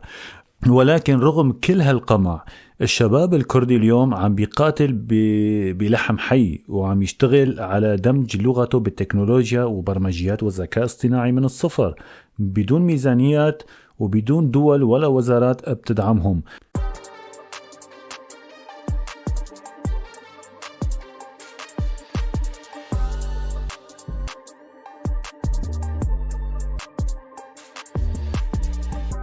وفي ناس بتسأل بتعالي وإهانة مبطنة، هل اللغة الكردية عائق أمام التقدم؟ هل الكردية تصلح للمدن الحديثة ولا فقط هي اللغة قروية للقرى؟ هيدا كلام مسموم والهدف منه تدمير نفسي وكي الوعي. اللغة اللي قدرت توصف أدق تفاصيل الطبيعة والمشاعر والملاحم قادرة بكل بساطة توصف أحدث ناطحة سحاب وأعقد معادلة فيزيائية متى ما انشال السيف عن رقبتها وانعطت فرصتها الطبيعية.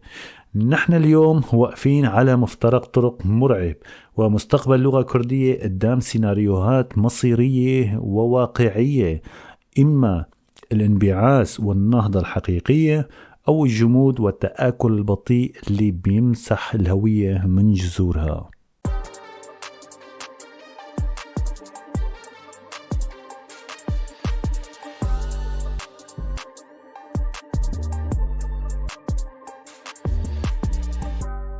السؤال اللي بيطرح حاله وبقوة بنهاية هيدا الحلقة، بعد كل هالمخاض العسير شو اللي بيحتاجه اللغة الكردية اليوم لتمشي وتنافس كبقية لغات العالم؟ الجواب مش رومانسي ولا إنشائي، الجواب تقني وبحاجة لقرار سياسي جريء. الكردية ما بدها شفقة ولا بدها مجرد أغاني وقصائد، الكردية بحاجة لمؤسسة، بحاجة لأكاديمية لغة مركزية تملك سلطة المعيار، تخلصنا من فوضى مصطلحات وتوحد لغة الإدارة والعلوم. وهون نوصل للمحور اللي بيرهب الأنظمة وبيهز العروش. هل يمكن للكردية أن تصبح لغة الدولة ومؤسسات؟ الجواب القاطع هو نعم، وألف نعم. تجربة في إقليم كردستان العراق هي بروفا حقيقية أثبتت أنه الكردية قادرة تدير وزارات وتصيغ قوانين معقدة وتدرس الطب والهندسة. اللغة الكردية عندها السيولة ومرونة اللي بتخليها تتحول من لغة جبل وبيت للغة دستور وقانون دولي بلمح البصر متى ما توافرت الحماية السياسية.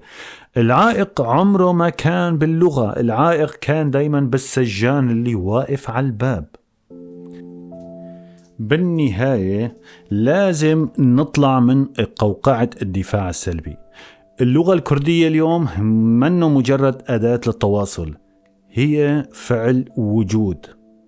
الدفاع عنها منه تعصب قومي ضيق، هو دفاع عن التنوع البشري ضد آلة الصهر القاتلة.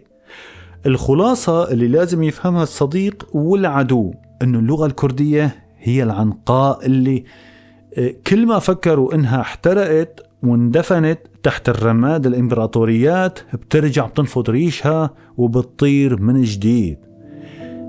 المستقبل منه للغات اللي بتملك جيوش فقط، المستقبل للغات اللي بتملك إرادة البقاء عند أصحابها. واليوم مع الثورة الرقمية ووعي جيل جديد نحن قدام مشهد تاريخي جديد. اللغة اللي انمنعت من الكتابة لقرون عم تفرض حالها اليوم على شاشات الهواتف وفي أروقة محافل دولية. الحقيقة المرة اللي لازم يواجهها الكل هي أنه محاولة محو اللغة الكردية فشلت فشلا ذريعا. اللغة الكردية اليوم أقوى من أي وقت مضى، وهي مش فقط لغة شعب، هي رمز لانتصار روح الإنسانية على القمع. هي لغة اللي رفضت أنها تموت ورح تبقى تزلزل عروش كل من يظن أنه الهوية تهزم بقرار سياسي أو بمدافع أو بأسلحة كيماوية. من خلال متابعتي وبحثي بموضوع اللغة الكردية على فترة طويلة مر علي بحر من الأسئلة بينطرح وبينعاد دايما بالشارع والسوشيال ميديا. في منها أسئلة مشروعة جدا وطبيعية، وفي منها أسئلة استفزازية مبطنة وأحيانا ملغومة. حاولت أجمع هالأسئلة اللي بتتكرر باستمرار، سواء اللي بيسألها الكردي بحسرة وبحث عن هويته، أو اللي بيطرح الآخرين بفضول أو حتى التشكيك، كرمال نقدر نغطي أكبر عدد من هالأسئلة بدون ما يطول وقت الحلقة أكتر. رح تكون طريقتنا هلأ سؤال وجواب سريع ومختصر، وأصلا كتير من هالأسئلة نحن جاوبنا على جوهرها وفككناها ضمن سياق المحاور اللي مرقت، لكن هلأ رح نحطها بقالب مباشر لتكون خلاصة وما فيها أي لبس. خلونا نبلش فورا بأول سؤال. إذا الكردية لغة حقيقية ليش ما عندها لغة موحدة؟ لأنه بكل بساطة التوحيد اللغوي بده دولة، بده مؤسسات، وزارة تربية ومناهج. اللغة ما بتتوحد بالنوايا الحسنة، بتتوحد بقرار سياسي ومطابع. الكرد انحرموا بقوة السلاح من الكيان السياسي، فطبيعي ينحرموا من رفاهية اللغة المعيارية الموحدة اللي بتجمع كل هاللهجات.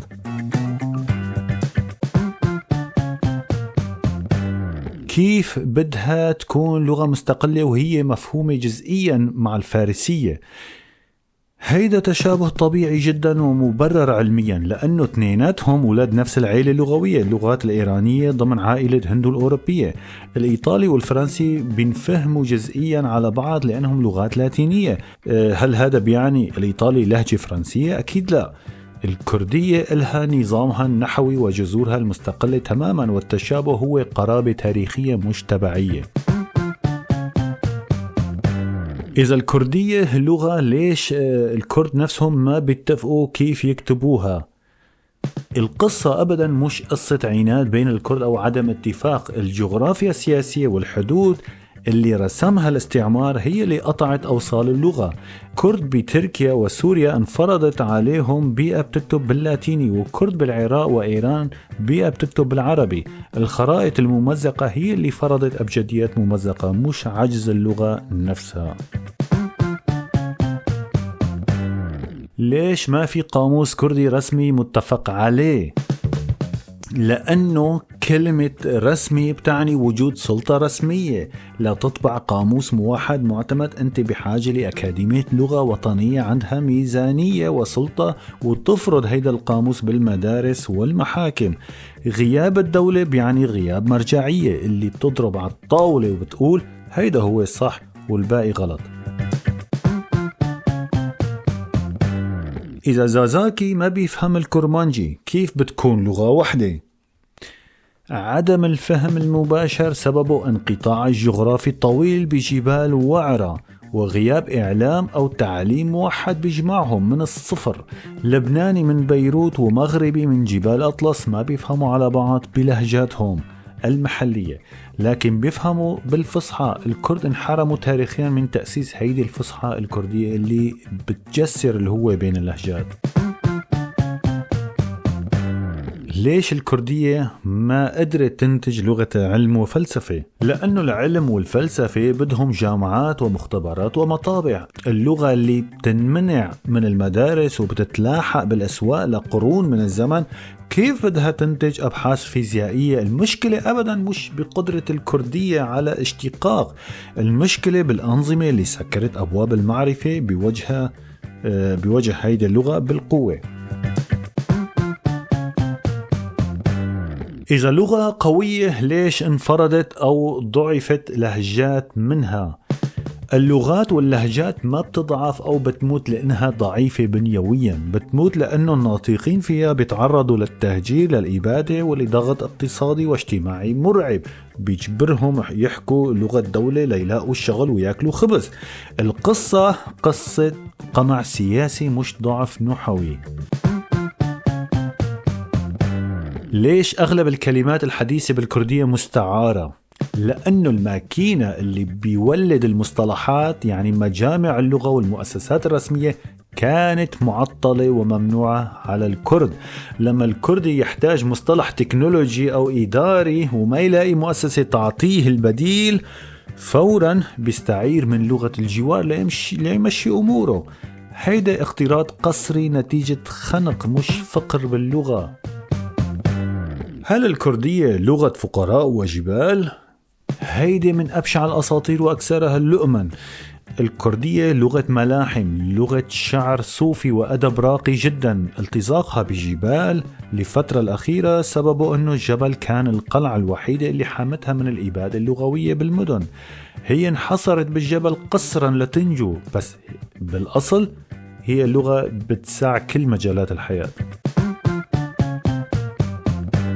ليش ما في تعليم جامعي حقيقي بالكردية؟ مين قال ما في؟ بإقليم غربي كردستان اليوم في تدريس باللغة الكردية لجميع مواد حتى مرحلة جامعية. بإقليم كردستان العراق اليوم في جامعات بتدرس بالكردية ومناقشات ماجستير ودكتوراه. غياب التعليم الجامعي بباقي أجزاء تركيا وإيران سببه منع السياسي الصارم والتجريم، مش لأنه الكردية ما بتقدر تفوت على مدرج الجامعة. إذا الكردية لغة كاملة ليش ما بتشتغل بالإدارة والدولة؟ إدارة والدولة بدهم قرار سياسي قبل القاموس. متى ما انعطت الكردية مساحتها السياسية الحرة بتشتغل بالإدارة، بتكتب قوانين ودساتير وبتدير وزارات مثل ما عم بيصير اليوم بإقليم كردستان العراق. العيب اللي مانعها تفوت على الدوائر الرسمية مش باللغة ناطرة فرصتها على الباب.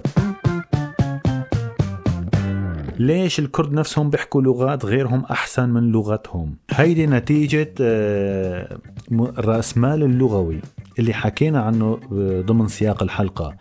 الدولة فرضت لغتها عربي تركي فارسي كشرط وحيد للتعليم توظيف ونجاح الاجتماعي. الكردي انجبر يتقن لغة غيره ليعيش ويترقى، بينما لغة الأم انحرمت من قيمتها السوقية وانحصرت بزاوية البيت. هيدا انسلاخ إجباري مش خيار طوعي.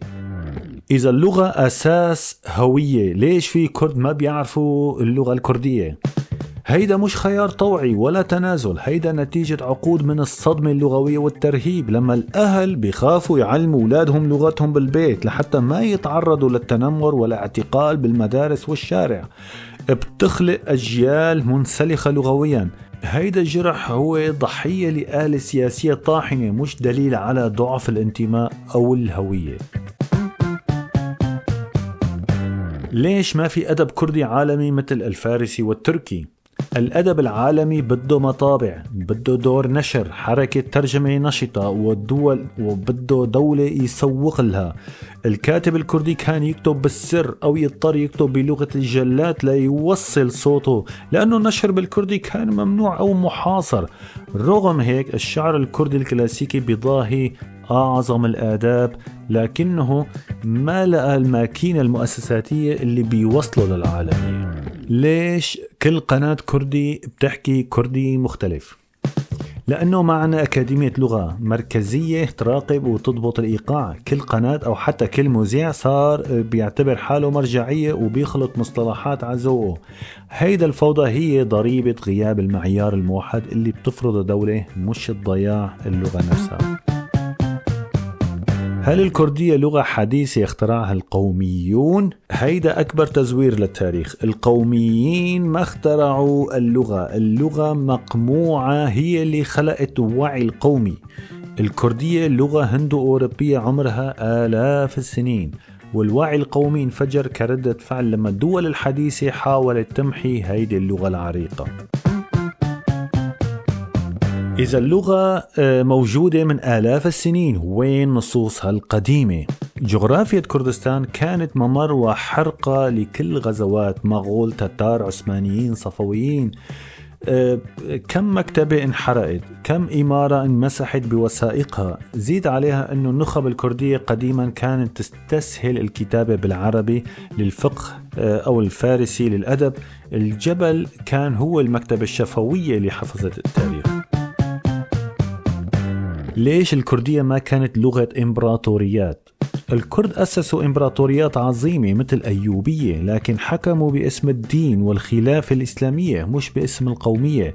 صلاح الدين الأيوبي ما فرض الكردية بمصر أو الشام لأنه ما كان عنده هيدا التوجه الإقصائي القومي. خدموا ثقافات غيرهم، ولما خلص دورهم لغتهم انحطت على الرف. هل الكردية مجرد خليط لغات؟ أبدا. الاقتراض اللغوي يعني استعارة كلمات بيصير بكل لغات العالم نتيجة احتكاك. الإنجليزي مثلا 60% من مفرداته أصولها فرنسية ولاتينية. الكردية استعارت مصطلحات دينية أو إدارية من جيران، لكن هيكل البيت، النحو، الصرف والكلمات الأساسية كردي أصيل وهندو أوروبي قح، وما بيشبه أبدا بنية العربي أو التركي.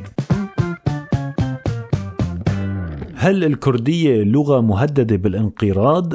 ككتلة بشرية بتضم عشرات الملايين، أكيد مش رح تختفي بكرة الصبح، لكن الخطر المرعب هو التآكل البطيء أو الانزياح اللغوي بالمدن الكبرى.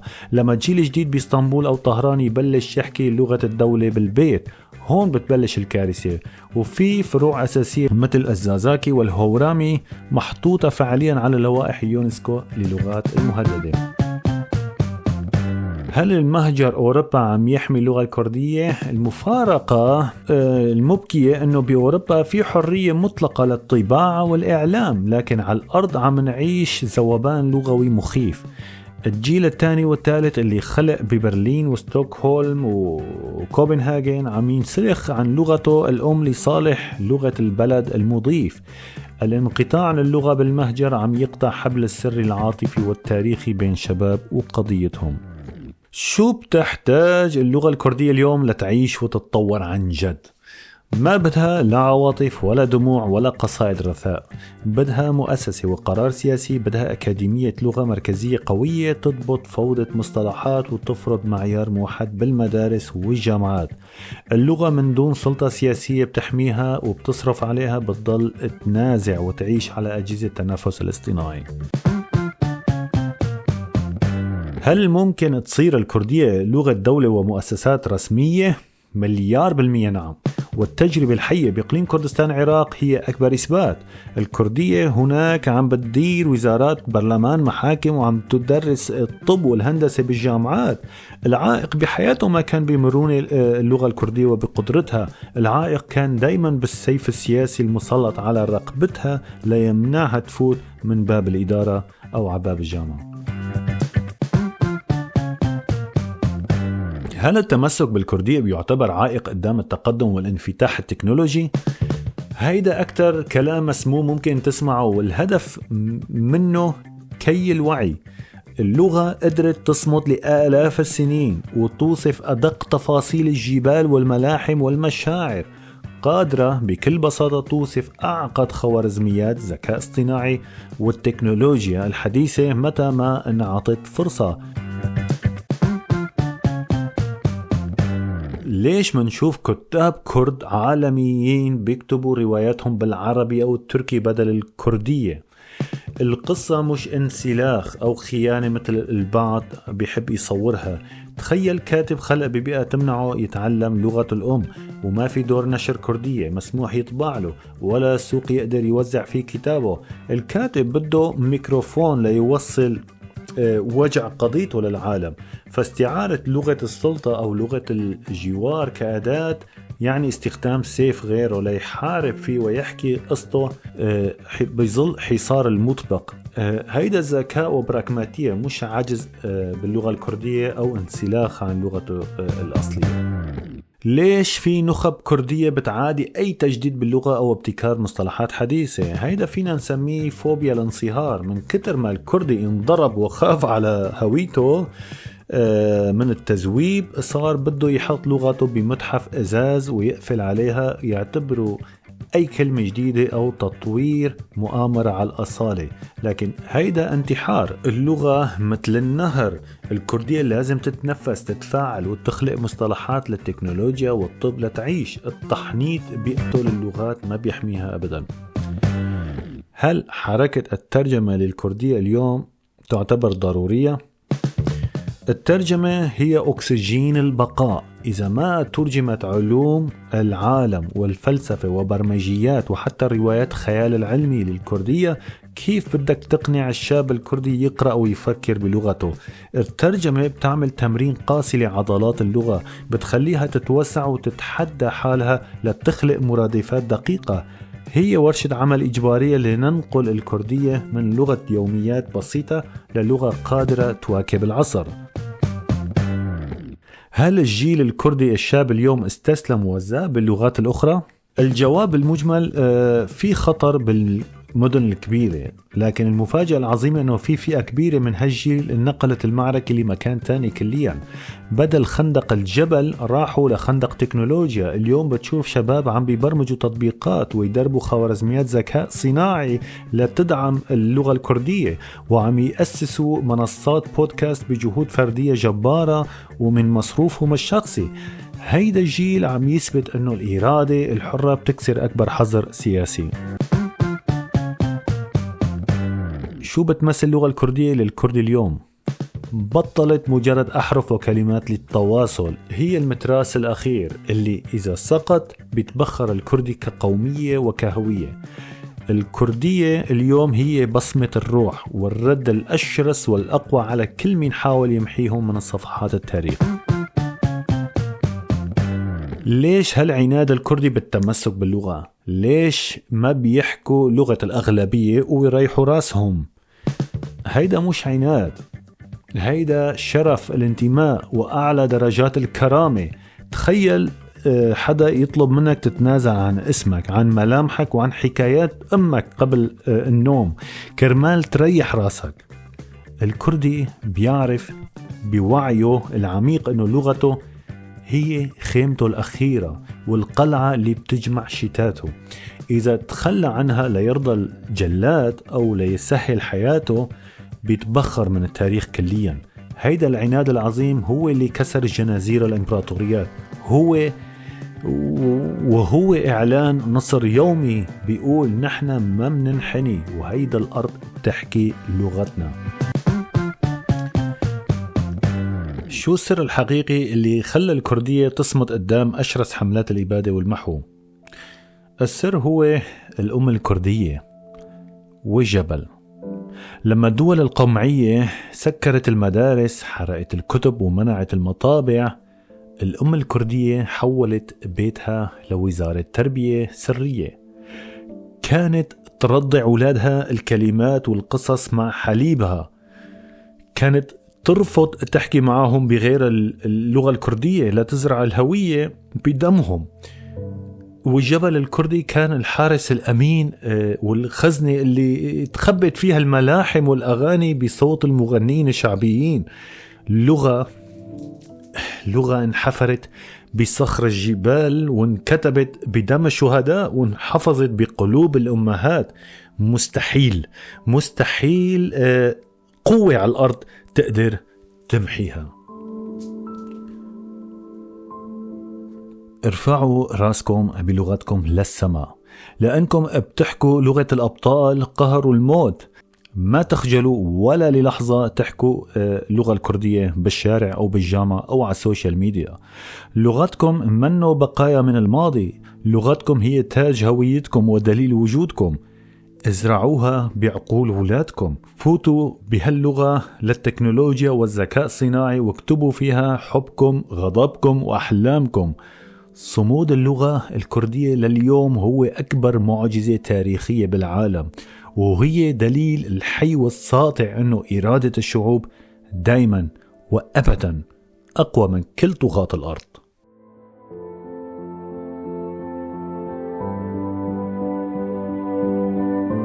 اللغة الكردية منا مجرد أحرف وقواعد وأصوات عم نصفها لنفهم على بعض بالشارع أو بالبيت.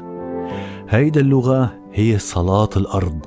لما تغوص بتاريخها بتحس إنها أمانة إلهية، سر مقدس انزرع بقلب جبال زغرس وطورس. اللغة الكردية هي صوت الهوى العاصف بين الشجر السنديان، هي هدير الأنهار العتيقة، وهي تنهيد الحارة اللي طلعت من صدر كل أم كردية ودعت ابنها وما رجع. تخيلوا معي هيدا العظمة. هيدا اللغة اندفع حقها دم ودموع وقهر. في لغات كبرت وتوسعت لأنه وراها جيوش بوارج واقتصاد، لكن الكردية عاشت وصمدت لأنه وراها قلوب بحجم الجبال. الأم الكردية اللي كانت تحضن ابنها بالعتمة وتوشوش له بأغاني ملاحم وحكايات الجبل كرمال ما يسمعها العسكر برا وتعتقل. هيدي الأم كانت عم تكتب أعظم وأشرف دستور بالتاريخ الإنساني. حنجرتها المقهورة والدافية كانت أقوى من كل مدافع الإمبراطوريات وأقوى من كل قرارات الإعدام والمحو والإلغاء اللي انكتبت بحقنا. لما أنت تحكي كردي اليوم، أنت مش عم تعمل فعل تواصل عادي، أنت عم تعمل فعل قيامي. أنت عم تنفخ روح بملايين الأجداد اللي انصلبوا وانحرقوا وانخنقوا بالكيماوي كرمال هيدا الهوية. كل مرة طفل كردي بأي بقعة بالعالم بيفتح تمه وبينادي يادي يادي، في سيف جلاد عم ينكسر وفي خريطة ظلم عم تتشقق. اللغة الكردية هي القيامة بحد ذاتها، هي العهد اللي انكتب بين الكردي وبين أرضه لتبقى شاهدة على حقه. ارفعوا راسكم للسماء، احكوا لغتكم بكل فخر، خلوها تدوي مثل الرعد وين ما رحتوا. هيدي لغة مقدسة لأنها انغسلت بدموع المهجرين وتعمدت بنار المقاومة العظيمة.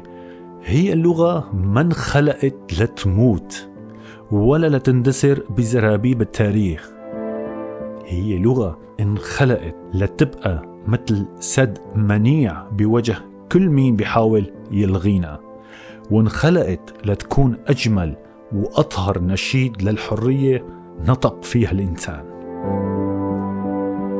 اللغة الكردية مش مجرد هوية، اللغة الكردية هي الروح اللي رفضت تركع، هي النور اللي شقت العتمة، وهي الدليل القاطع أنه الشعب اللي بيحرس لغته بدمه بيحمي وجوده للأبد. أنا مير، وهيدا كانت حلقتنا من ذاكرة وهوية. بترككم بحفظ الشمس اللي ما سقطت أبدا. بحفظ هاللغة العظيمة اللي بتسوى الدنيا كلها. سلام.